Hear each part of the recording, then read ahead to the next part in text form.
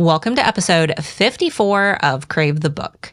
In today's episode, Amber and I cover chapters 53 through 58 of Tracy Wolff Covet. And in this episode, we are finally getting our first look into the Giant's Village. So without further ado, let's go ahead and get started. We are on to episode 54. I don't know how, I honestly, it's like I don't remember recording 54 episods. No. And then I'm like, oh my God, it's taking ages. And then I realize, I'm like, no, we've done 3 books. Yeah. Yeah. We are actually making pretty good pace. Guys, we're going to be covering chapters 53 through 58 of Covet.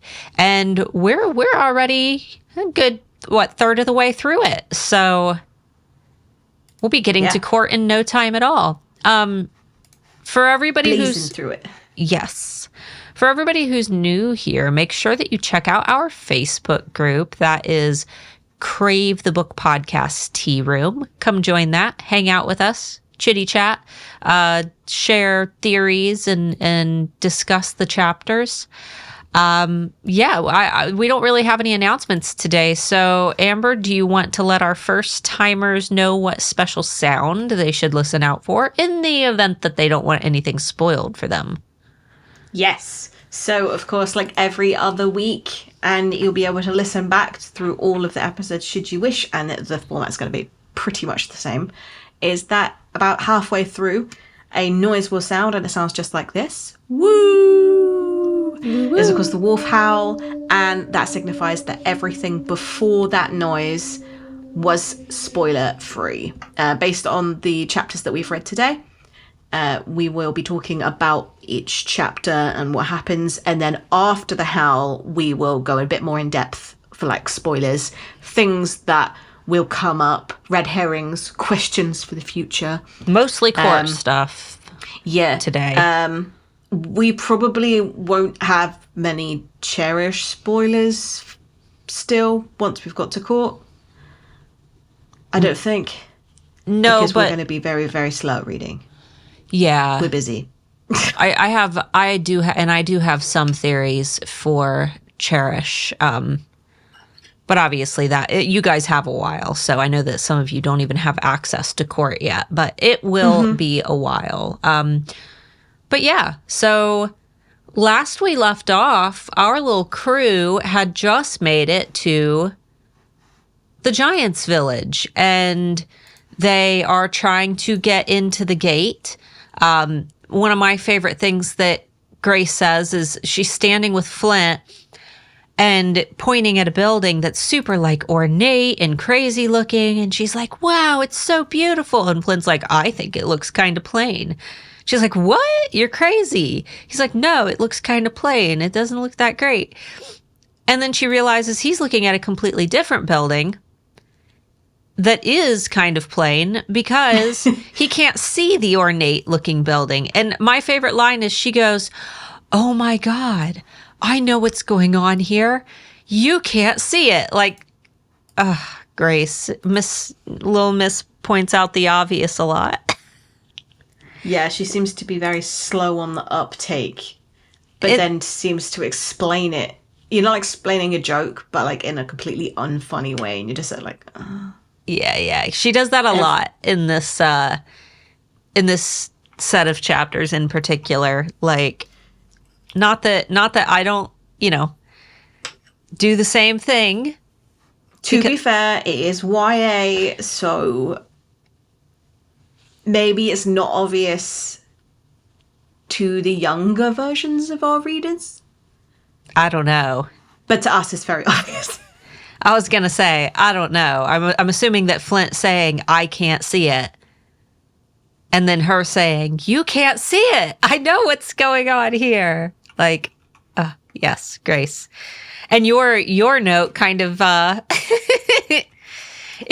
Grace is in a mood. She's in a bit of a mood in this one, I think. Yeah, she seems to be, I think, maybe felt a little bit cock-blocked with the idea that she was having a really, really nice time with Hudson and it's super, super romantic. And then all of a sudden things happen and it's like, oh. Yeah. I was hoping that this time was going to continue. But also, I seem to be very aware of the fact that, like, she seems to be realizing that she's the, like, odd one out in the group, and she keeps on trying to, like, shoehorn in, like, oh yeah, this must be just like this from back when I was a human. Yeah. And everybody's just there, like, what? Nobody reacted to it as well, what she said. She said that the giant magical village is exactly like UC Santa Cruz. Like, no. And everybody in the group just was like, Oh. And then ignored her. Nobody said a word. Yeah. Nope. Oh, well. Yeah. So, yeah, and I'm like, I don't even know what UC Santa Cruz is, but I'm pretty sure it's nothing like the Magical Giant Village. It's like University of Santa Cruz, isn't it? But she's saying, like, they've got, like, this optical illusion where you can only see certain parts of the campus at a certain time based on where the redwoods are. And I'm like, but UC Santa Cruz doesn't have magic. Yeah, I think it's a specific layout. Like, there's, you know, where you're supposed to not interrupt the natural environment with man-made structures. Therefore, they make sure that everything is, like, spread out or, you know, hidden behind trees in ways that it doesn't break up the landscape. However, that's not magic. That's just good placement. Yeah, like these giant people, I'm pretty sure their buildings are 10 times bigger than UC Santa Cruz's buildings. Yeah. And I have a hard time, I don't know about you, but for some reason, like, my brain is not able to put together and fathom how big everything is. Like, I'm imagining everything big, but then there are scenes that make me believe that things aren't as big. Like, for example, they're saying that everything towers over them, but then when Hudson and Grace are at the, you know, looking at the jewelry, the counters aren't, like, towering over them. They're looking straight into them, like a normal jewelry counter. So I genuinely don't think that it is just an optical illusion. I think it's like, is it 13 or is it 12? Grimmauld Place in Harry Potter, where you only know to look because you know to look. Right. Because the giants aren't doing it to keep the, like, scenery nice. They're doing it to literally stay hidden and unseen. Because I think there's a conversation that happens later where they're talking about how the giants are genuinely that big that they can't just walk out into normal society. Everybody else could get away with it because they still look very human. They might be tall and super muscly and able to do things that normal humans wouldn't, but they're not 12 feet tall.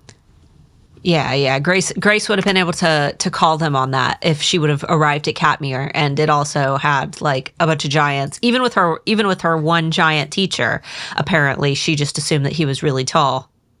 Yeah, and apparently he's tiny compared to these giants. Yeah.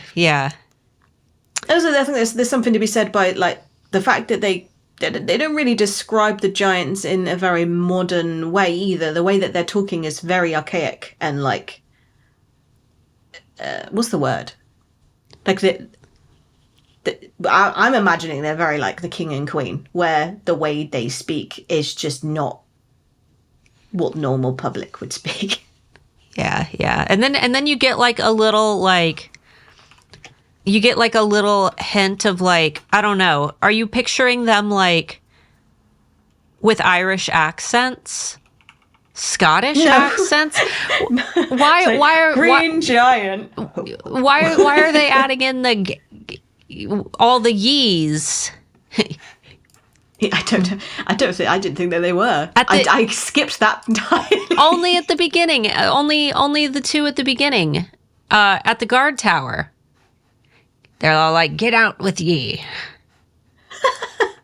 Like, what accent are we going for here? I don't know, but, like, the way that Grace then kind of shoves in words that I've never even heard of. I don't even remember the word. Oh, when she's trying to be all like, she's trying to be super proper to try to get in.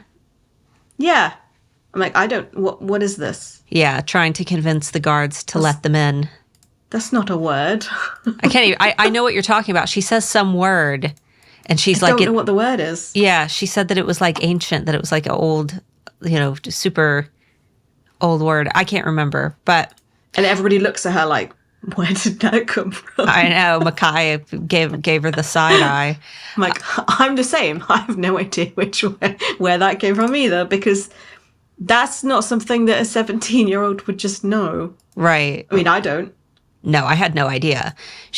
They're being very courtly. I think that Hudson's the only one who's actually doing a good job, though. Oh yeah, no, he slides into the like schmoozing. Yeah. Very effortlessly. And then he's being super smooth, like with Grace at the same time as well. Mm-hmm. He seems to know exactly how to schmooze as well. It's not like this isn't working. Okay, deviate. It's he hits the nail on the head with the like, we're the royal subjects that you do not want to say no to, and they're like, okay. Of the Indigo Court. When does it ever be referred to as that? Yeah, we're hearing about the Indigo Court for the first time. Sounds like... I don't think that they've ever referred it to as the Indigo Court. What are the other courts? Do we have the Crimson Court? Is there a Rainbow Court? The Alabaster Court. The Rainbow Court. Rainbow. It sounds like some merch to me. Yeah. But yeah, like so Hudson's like being really smooth with them, and he's got small back touches and a babe in like the same scene. It's crazy. It's really pushing the boat out. Definitely in a relationship now. Aww. Except Grace is still like, oh, he's just trying to get us in. He's just playing it up. Or like, oh, he's just trying to move me out of the way. You know when you're in a club, well, not necessarily in a club, but like anywhere, and then a man puts their hands on your hips to move you? I mean, dude, the same thing happens if you use my shoulders. Yeah. Like, don't touch me. Yeah. Same thing happens if you just say, excuse me, and I'll get right out of your way. I'm just assuming that, like, him putting his hand on the small of her back is her just thinking, oh, he's just trying to kind of move me out of the way, guide me. Like, no, he's trying to do that, like, PDA. I think touching is Hudson's love language. She's just not really allowed him to do that yet. Well, yeah, it wouldn't be as attractive if he pulled an Ohio and said, "Oh, let me scoot right past you there." Patch you. Let me scooch right past you there.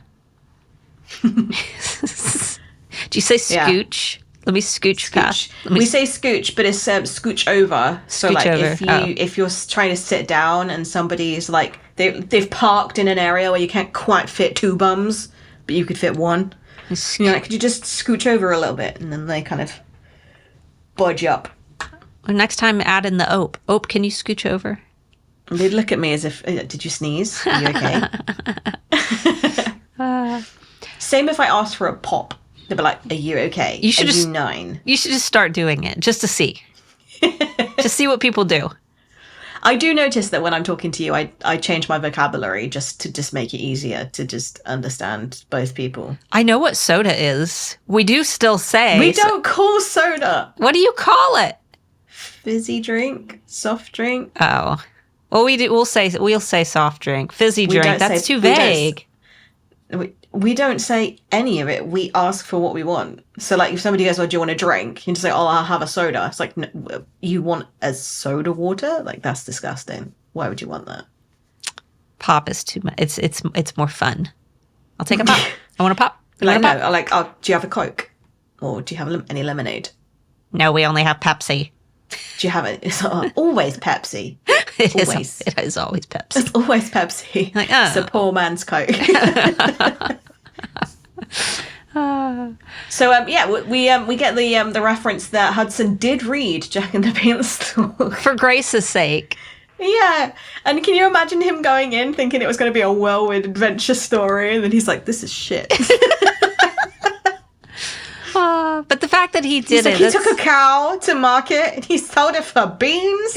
What is this? Terrible diplomacy. And then he tries to reference it later. Like, he talks about the beans later. It's like, he's trying to be... He thinks that he's, pulling something important from Grace's childhood and making jokes about it. And she's just like, it wasn't really that big a deal.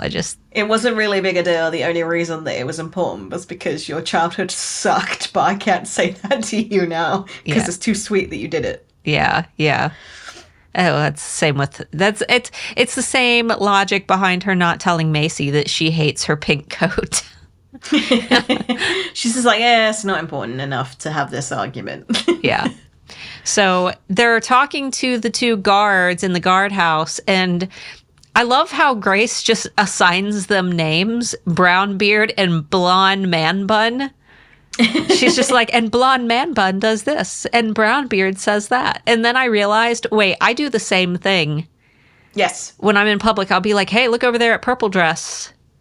And green hair and mohawk, and apparently everybody's alternative in my universe because I'm only... We also start kind of going down the rabbit hole of having names that only us within the couple understand. And then you say it to somebody else who's outside your little bubble and they just go, who are you talking about? Like, for example, our vet, his name is Jack, but he's Italian, so his name is Giacomo, and I call him Guacamole. But you can never call him that to his face. Never. We have a couple of the, like, our for example, we have a Burger King that Mark likes Burger King. I do not. So, but when we go to Starbucks, I'll get a sandwich there, and then he'll drive over across the street to Burger King to get a sandwich. But there's just this guy who it's not like he's overworked and he's in a bad mood because he's overworked. There's never anyone there. He's just super rude. So I just call him Grumps.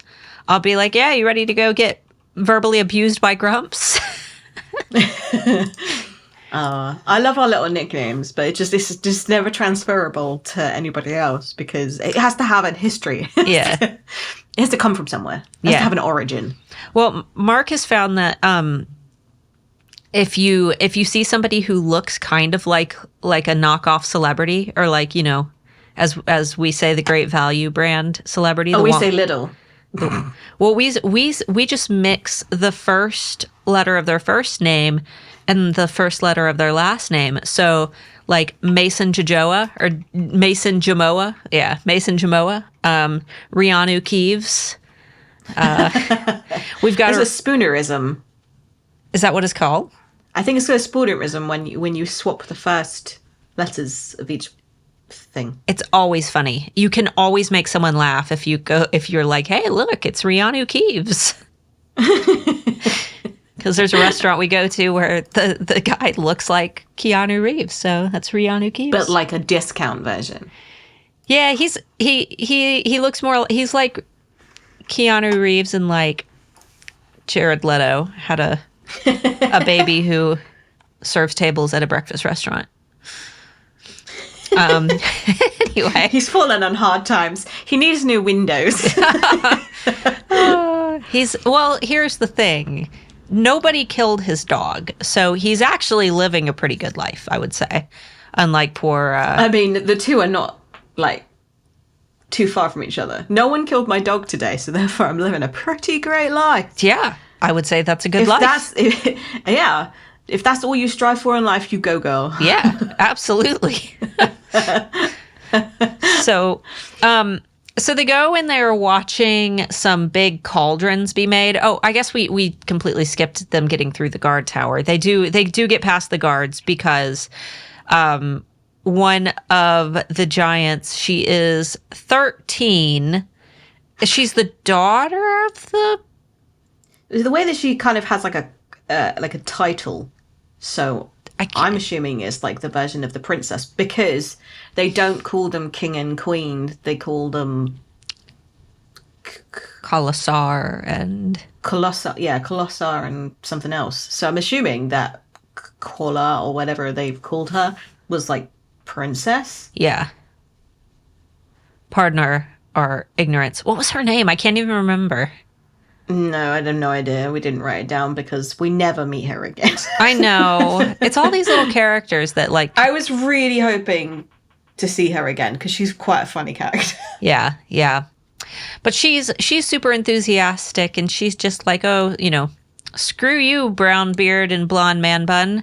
I'm gonna take them in anyway. And, you know, they're all representing as like little princes of their courts, and Grace as the well, I mean, she would be the queen of her court. And you know, Grace is immediately recognized by this little giant village princess. But not by the people that are older than her. Yeah, yeah. But they're, and the thing is, I wish I could remember her name. We'll just say giant princess, which almost sounds... If only there was like a Crave wiki. Yeah, we should make it. Quickly type. Yeah, Phoenix, get on it. Do it, Phoenix. We believe in you. We'll help. I know that you don't have anything on right now. Oh yeah, no. We're asking you to do. She's always doing things. We're asking you to do just an astronomical task in your free time. No, we would never damn you to such a hefty task. However, I do think that it's something that maybe someday we could crowd create. Yeah, crowd create. Crowd fund, but it's crowd create. Yeah, that'd be fun. It's a new phrase. But she is taking everybody through the giant village, kind of giving them a tour. And she takes everybody to watch these cauldrons be made. And Macy's like, oh, giant cauldrons. They're not giant cauldrons. They're giant cauldrons. And then one of the blacksmiths that's making one like blows across the cauldron, and all these runes show up on it. And Macy goes, "Are those magical runes?" And I'm like, "No, Macy, those are normal runes. Like, those are tea runes." Like, of course they're magical runes. They just were blown from a giant's breath, and then they magically disappeared. Yeah. It was just, I loved the bit where they were talking about like the origin of the name of the cauldrons, and they were just like, she was like, so does this mean that this cauldron came from this? And it's like, well, actually it came from this tree made by this person. That's a cool naming scheme. Yeah. But then the way that she's like, so that means that blah, blah, blah, and blah, blah, blah. And she's like, she starts crying. She's very excited. She's just a little bit excited. And Eden's like, that's adorable. Yeah. Eden, we're starting to see Eden and Macy like get really, really close as of lately. Mm-hmm. So it's very sweet to read. But meanwhile, Mackay is still like winking at her. So we've got a little bit of a love line. Yeah. It's not a triangle. Love triangles is stupidest name for a thing ever, because a triangle needs to have 3 sides, which means, guys, that the 2 love interests also need to be interested in each other. Oh, and you're right. And they create like a love circle. Because otherwise it's just like a love arrow. Mm-hmm. Or a love Y. A love V. Yeah. That's a much better word. Love V. I don't think it's as coinable. No. Definitely won't get me to pick up a book if I'm looking for a love V. I'll think it's a euphemism for a vagina. Oh, God. So, they are going to be exploring more of the giant village, and Hudson's flirting his way through. Yeah, he's talking to the lady who's making the cauldron, just trying to kind of figure out like where they can figure out how to get this cuff off of the unkillable beast. And thankfully, Hudson has a cuff on, so he's like, yeah, I need to get my... So does everybody else in the group, I think. That's true. That is true. I think that Jackson is the only one who doesn't have one. I don't think Jackson has one. No. Yeah. But then Jackson can only really kind of blimp away, so... Yeah.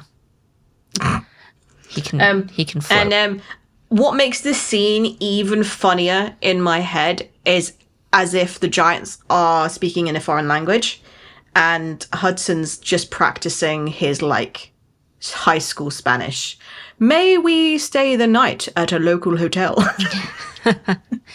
Might you have a local to the inn? library? He's like asking all of the questions that just like normally get taught very, very early on. It's like, is there a library nearby? Do you know the way to the toilets? And then that's even funnier in my head because he's asking like, is there a place for us to stay tonight? And she's like, as if I'd make you stay in a hotel.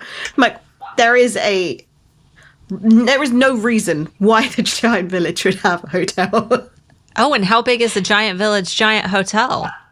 Could you imagine they turn up at their room and the toilet is giant, built for giants? Your little butt is just hanging over the edge. Just like a little bit of a perch. You can swing your little legs. And the toilet roll is like a bed sheet. You don't realize that until after you've pooped though, and you look up and you're like, oh, yeah, no. And you can't even reach it. You try to reach ever so slightly out of reach. The visuals, guys. The visuals.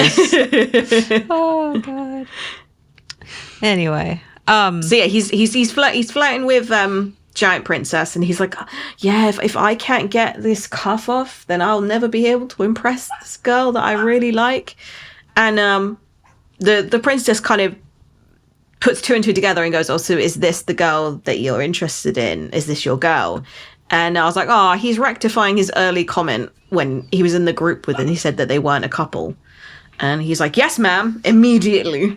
Yeah. To whether Grace was his girl. And I'm like, Hudson, learning. Yeah, except I don't like how he did it, though, because he's like, if I don't get this cuff off, I'm not going to stand a chance.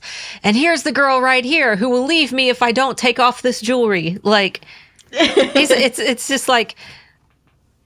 It's like it would have been a petty reason for Grace to leave him, and he brought it up like in front of, it's just so, it felt like a very,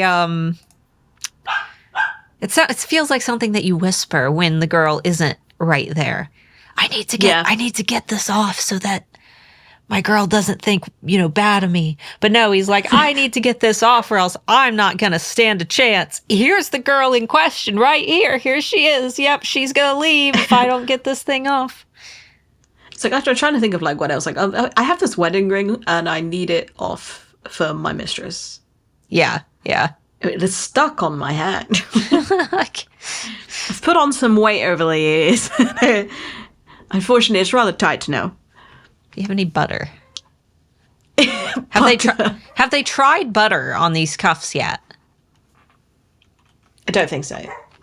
See, I'm just saying, like, if they take a big bucket of butter up to the unkillable beast's lair, just like, yeah, just slather him up. Even better, just even butter. Even butter. The thing is, I don't know whether it's a spoiler because I don't even remember how they got him out, but I'm pretty sure You don't remember? that it would be easier to just go, just turn into a human again. Sure that your manacles will be tiny. Well, I'm assuming that... But did his manacles expand as he grew? I'm assuming that they keep him stuck as a gargoyle. That would be too easy. I'm assuming that they are binding him and keeping him as a gargoyle. Yeah. Maybe, I'm just imagining it's like they just take it off and then all of a sudden it's like throwing a sausage down an alleyway. Yeah, it's just it clatters noisily to the ground. It's a hula hoop on him. Yeah. So they really throw Jackson under the bus. Like they do. They're like, here you go. volunteer as tribute. Yeah, giant princess grabs him and she's like, yeah, split up. Great idea. I'll take this one, who she obviously is making goo-goo eyes at. And Grace acknowledges that Jackson is making like help me faces. And Grace is like, nah, this is the first emotion I've seen out of him, even if it is panic. He's like, I think he should be in his element because he knows how to flirt with women, and it is kind of probably one of his strong suits. But I think that she's so intimidating. But also, she's 12. 13. 13, sorry. Yeah. 13. 13. Yeah, there's a lot of difference between a 12-year-old and a 13-year-old Absolutely. in terms of legality. But yeah, I'm like, well, he can't really flirt with her. That's uncomfortable. Unless you're watching House of the Dragon right now. Oh, I have never been more into incest.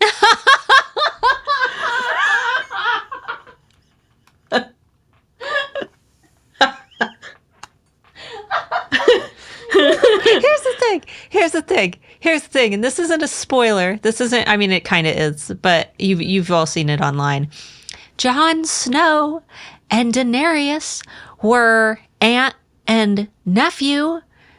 Yep. So and Cersei and Jaime were twins. Yeah. So how weird is it for, I guess, creepy older uncle is a little weirder.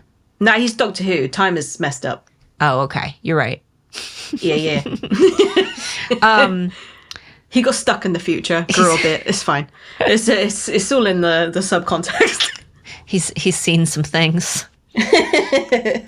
So Grace says the line, "My stomach flips a little at the British in his accent." Amber, my stomach is flipping a little at the British in your accent. You're welcome. You're welcome. The British. Here's the thing.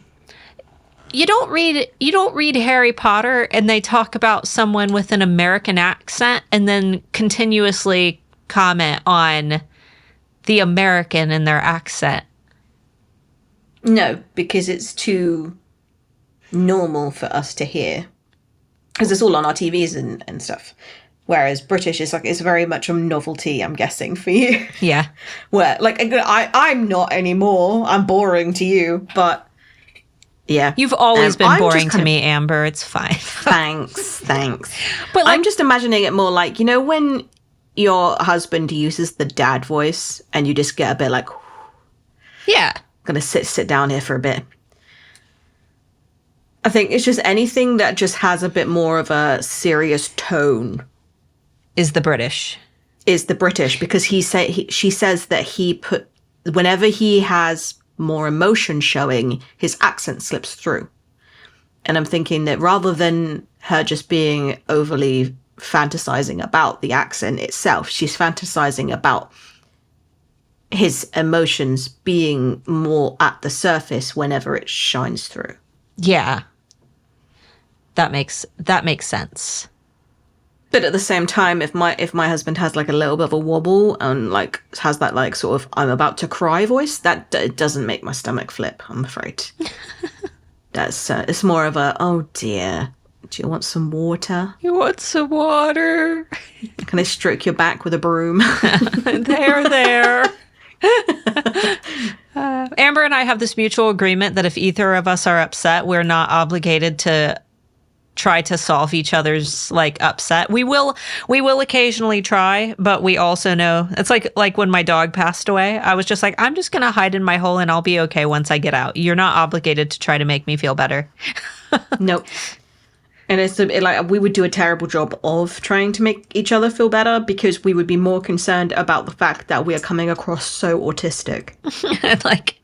It's which is we would be over focusing on how we are portraying ourselves than actually the outcome that we want. Right. Am I being sincere right now? Do I seem sincere? Yeah. It's am I putting across that I care enough? Right. But also look at this thing that's super exciting that I'm doing. Yeah. You know what will cheer you up? This cool thing that's going on in my life. Yep. Yeah. Yep. The worst thing is when somebody says, it might make you feel better, but I'm also struggling. And I'm like, no, that doesn't make me feel better. Yeah, doubling up the struggle is not, that doesn't fix anything. Yeah, and usually the thing that they have is so minuscule in comparison. You're just like, no, that doesn't really make me feel any better. Even if it is worse than what I'm currently going through, your suffering will not lessen my suffering currently. Yeah. I don't have Schadenfreude. And if anybody doesn't know what that is, it's taking enjoyment from watching someone fail. It depends on who it is. I keep a couple like girls who were really mean to me and like all of my friends, like just the straight bullies in school. I keep them on my friends list just to watch them like repeat dating the same like shitty guys from our school. You want to see them burn. Yeah. Crash and burn. Yeah. Like when I hear, one of them say that Deshawn cheated on her for like the 50th time, I'm just sitting there, not happy that it's happening to them, but it's like television to me, the comeuppance. Yeah. Yeah. So they eventually find this like little jewelry shop, and I noticed that Grace's promise ring called to her even before Hudson bought it for her. Like, she's saying that she was really attracted and she was like, I had to actually distract myself from going over and touching it and asking to put it on. Yeah. Yeah. And I was like, I never picked that up before. Yeah. She felt like a natural attraction to that specific piece of jewelry. So. And it didn't sound like overly elegant or anything either. She said it was a flat band with runes on it. Yeah. So it wasn't like oh my God, the sparkle. Look at the sparkle. Yeah. It wasn't like a big like diamond encrusted ring. It was something simple that, and I was thinking about it. I guess this kind of goes into spoilers a wee bit, but we do have talk of stones with runes on them later in the book that are tied to her family. So I wonder if there's any connection there to any specific like runes or symbols when it comes to Grace. Yeah, like I feel like when can't remember her name, the sales lady said, this ring like has chosen you. And I was like, I wonder whether all Soli Promise rings do. Because Hudson suddenly had to come up with a promise then and there. Yeah. Like, what if you weren't prepped for it? What if, like, you were walking around and your mate / wife-to-be / whoever just was immediately drawn to this piece of, like, jewelry that you then had to come up with a promise then and there that you were going to stick to. Well, it didn't matter. Well. I would panic. It didn't matter because Grace was staring off into Goo Land anyway, not even listening. Which I'm still wondering whether that is normal. Or some magic taking place. Yeah. Yeah. I don't know. Hudson was whispering, like he was talking to her, like he was obviously stating his promise out loud. And Grace is just like, his eyes are blue, endless seas. Like, not paying attention. Like, it had to be loud enough because the giant heard. Because she said, oh, wow, that was beautiful. Yeah, and then we have to read a whole entire other book all the way through until like the very last sentence to even know what the promise was. Yep. And it is not a promise to do the dishes every night. Yeah. Tracy. Because he never does dishes, not once. Oh, do they have dishes? They're always eating pizza. Do they have dishes? No. It's like, do you have toasters? It's paper plates. They use napkins and paper plates. And little plastic spoons and forks. Yeah. So she doesn't know what he promised her. And is apparently very, very against asking him what he has promised. And it was followed with the line, not today, Satan. Not today. Yeah. I love it. I was like, that is a vehemence in that statement where she's like, I do not want to know what he promised me. Aww. Except she's all upset that she can't figure out if he actually feels something for her. Sending mixed signals, Grace. Mickey, he bought you jewelry. Yeah. Like, not... And, like, looked ecstatic that he could give you a gift and jumped up at the opportunity of buying it, even though it wasn't part of your, like, quest. Like, they went into the jewelry shop for one thing, and they came out with a gift for her. And not only that, it was done in quite a romantic way. Like, the way he was talking, it wasn't an act. But she's an idiot. Yeah, she's just not paying attention. She's... No. Yeah. And then... At least she's not bringing up Jackson constantly anymore, though. That's true. That's, like, the last thing you want to do. Like, oh, my ex would never have done this for me. Oh, my ex got me a necklace once. You never hear about it anymore. There was a real awkward moment as well where she came out of the jewelry shop wearing it, not really knowing the symbolism of it. And yet there's still something that still translates to the human world that it is. It's not like he's buying her a promise earrings or a promise Alice band or something like that, where like you think that it's really innocent and actually to the supernatural world, that's like marriage contract. But she just like strolls out like, yeah, he just bought me a pretty ring and promised me something. I don't know what it is, but yeah. Yeah. And then everybody else in the group is like, what is that? It's like walking out with an engagement ring and not bringing it up. Yeah, and even Eden's the first that's like, I hope you know what you're doing. Yeah, because that's not just you got engaged, you're an idiot. He promised you something that I think we work out that it is genuinely a magical contract. Like, he has to abide by that promise. That's like going and getting your high school sweetheart's name tattooed on you. Mm-hmm. Like, that you can never ever remove it, and it's on your head. Yeah, yeah. On your forehead, in bubble writing. I've been married to my husband for we're going on.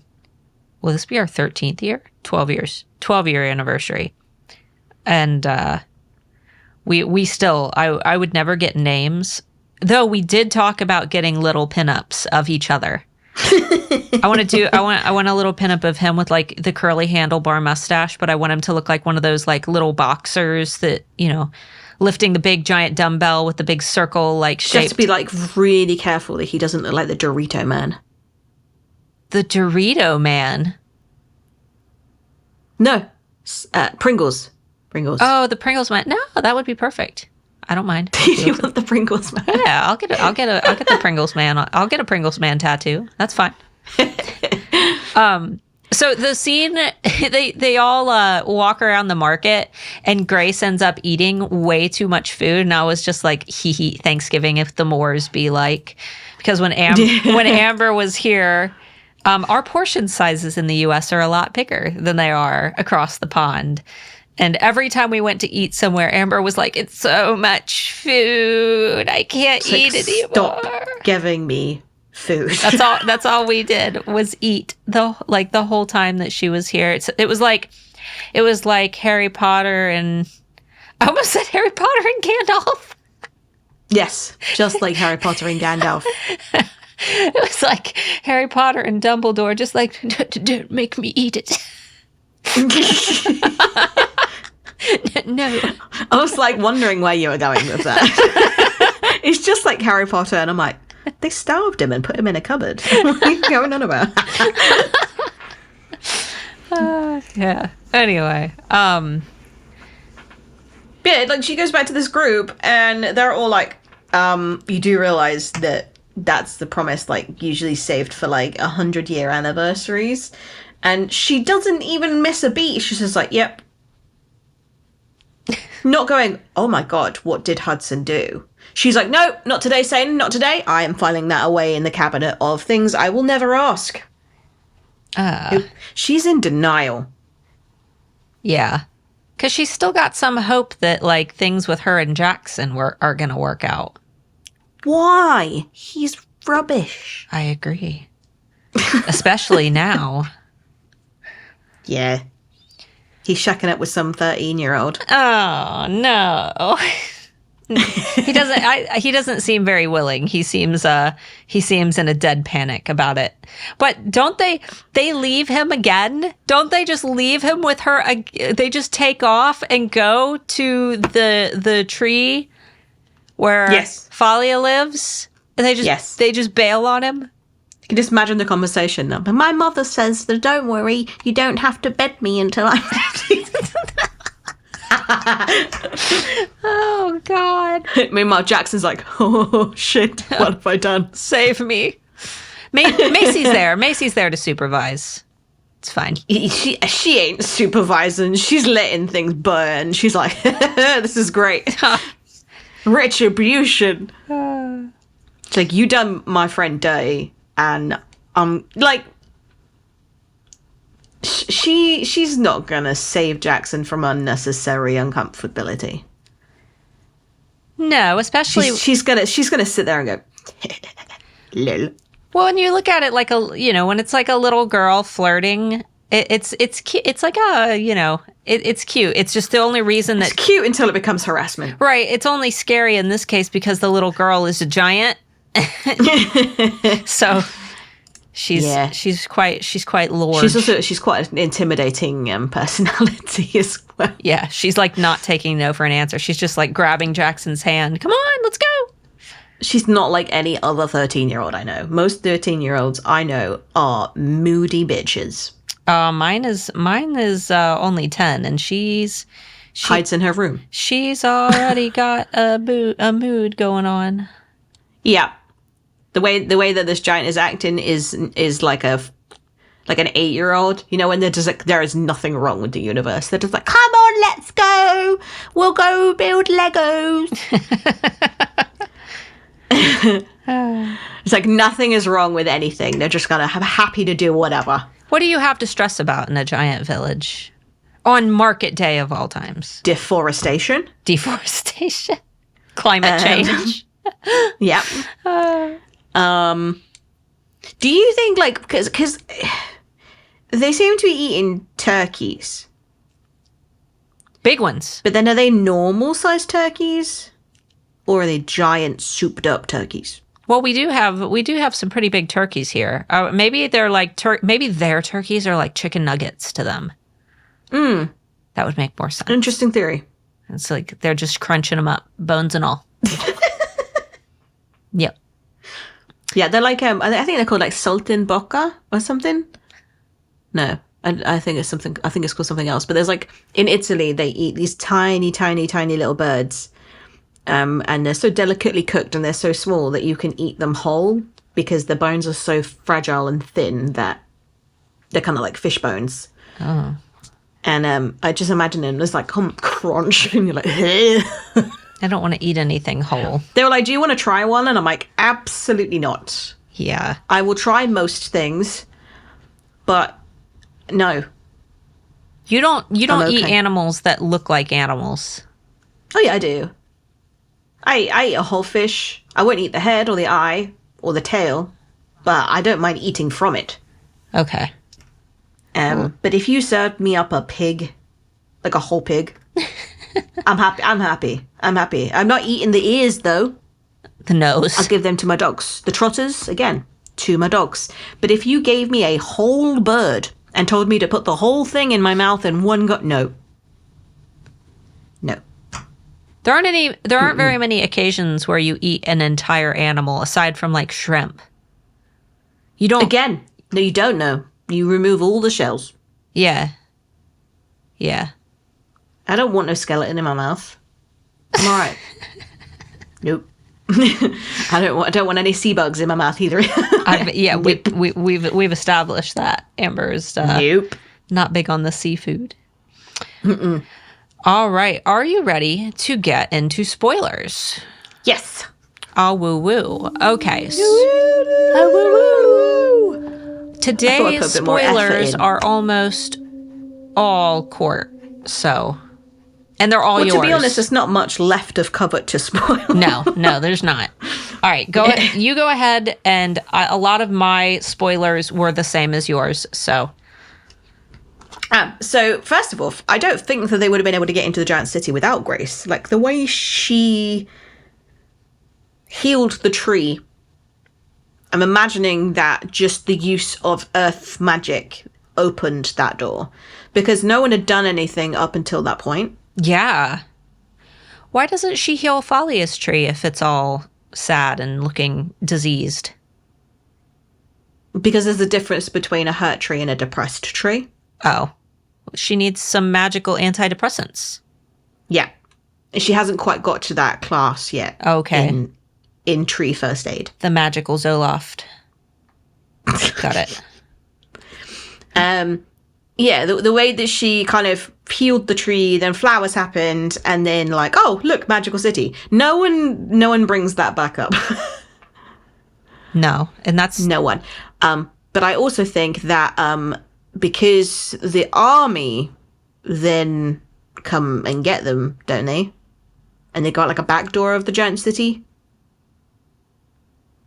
Pretty sure. Wait, what? What was that? So they snuck out. Yeah. From Katmere to go to the giant city, and then Cyrus's guards meet them at the giant city to try and get them. And they sneak like through the back, right?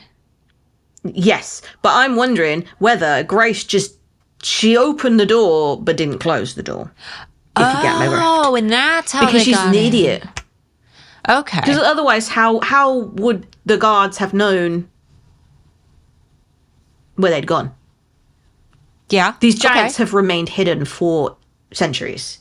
And then Grace goes, oh, look, a door. Maybe it's just I'm going to leave it wide open. Maybe only, I mean, I would assume that the paranormals know where the giants are. They didn't say that no giants have ever, or no other paranormals have went to the city.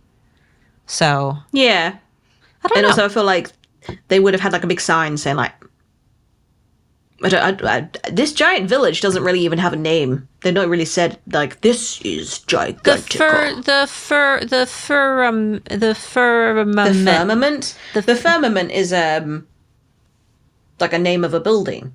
Well, it's the name of their whole thing, isn't it? Though they've named the whole city the firmament. We've named it Castle. Yeah. I see. Okay. I'm with you on the theory. Let's just run with it. Well, I was thinking because like fir trees. I thought that it might have been like a joke on like Tracy trying to make a funny. The fir. Are redwoods fir trees? No. Well, then that's a terrible, terrible joke. Well, a Soli tree isn't a redwood tree. None of the other trees that they mentioned were. I don't think. No, they've got names. Like. There's a starla tree. A starla tree. Yep. That sounds like a fancy like tableware. Like, oh, can you go fetch the starla tree? You're like the pottery barn. Yeah, I am the pottery barn. I'd like to think that mine's a quirky little art shop. In the rainbow in Valeris. Anyway. So when they're trying to get through to the giant city and they're getting like barricaded, the giants go, I smell the gargoyle in you, but there's something more ancient. And you're like, whoa. So she has a smell? Didn't the werewolves smell her in Crave? As well? Yeah. She's not going to people who can smell her. She's going to like vampires have never said anything about smell. That's a Twilight thing. That's a Twilight vampire. Yeah. And apparently dragons can't smell much either, apparently. Well, because they don't really use scent. Yeah, and they ask her, I think it's the lady who makes the cauldrons. Yeah, she asks Grace what her parents were, and she said that my dad was a warlock, but my mom was a human. And she's like, are you sure about that?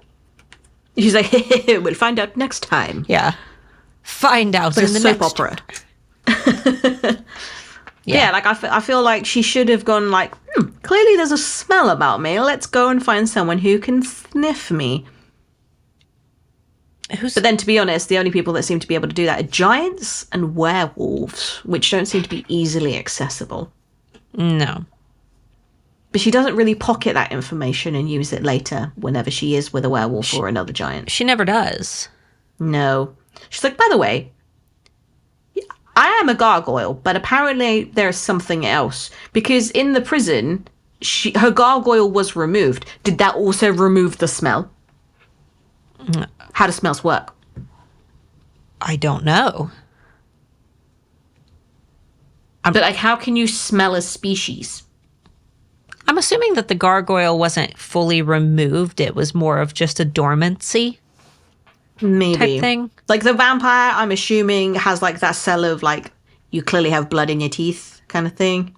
It's like you smell. Like apparently Europeans smell of milk. What? To Indians, and I'm talking about my Indians, not your Indians, my Indians. In India, we say that they smell quite like spices and curry, right? Well, that would make sense if that's how they're cooking. Yeah. Well, apparently we smell like milk. What? Yeah. Well, I'll sniff you next time. I'm like, so the tea didn't make it, but the milk from the tea did. Oh. But yeah. And I'm just wondering whether it's like a diet thing. Like a diet thing? And then like they can smell the vampires, they can smell like iron and things like that because they smell like blood. And then dragons, I thought maybe they smell like smoke and like fire. And then like werewolves smell like dogs. And then witches smell like potions. Potions. Gargoyles, what do you smell like? I smell like rock. Because they eat rocks. Yum, yum, yum, I yum, smell yum. like pebbles. It's like we could bring out like a scent range. Like, was the eau de parfum, eau de toilette, gargoyle, pomme. You smell it and like, this doesn't smell like anything. Yes, exactly. This smells like mossy pebbles. Mossy pebbles. Sounds like a cereal. Yeah. Delicious. I think we should do it. Mossy pebbles. We should bring out our own perfume range. Oh, God. Oh. Yeah. And then, so we do find out what Hudson did promise her at the end of court. And I was so disappointed. Only because we made a joke about it.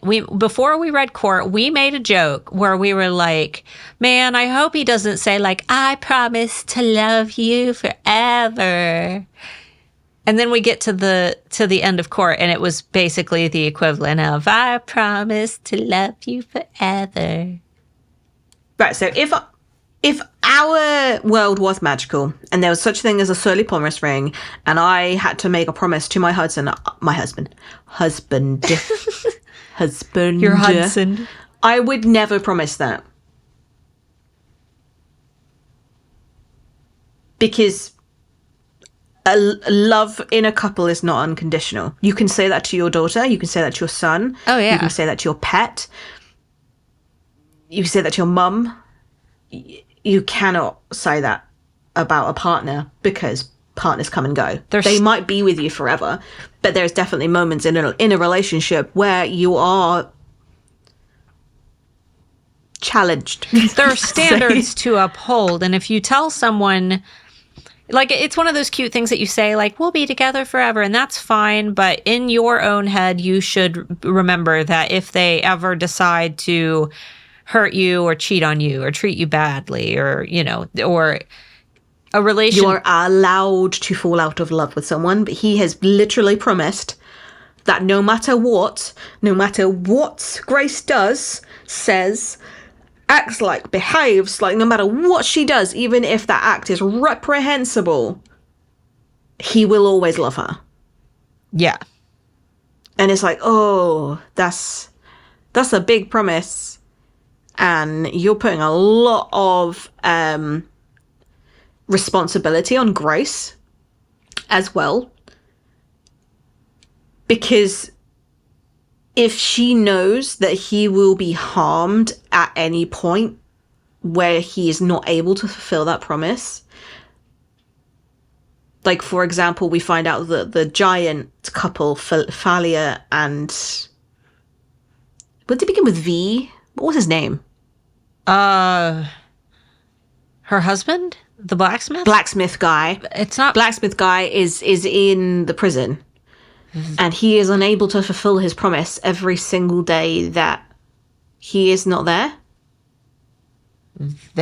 And his wife will never be able to settle or rest or die because that promise is left unfulfilled.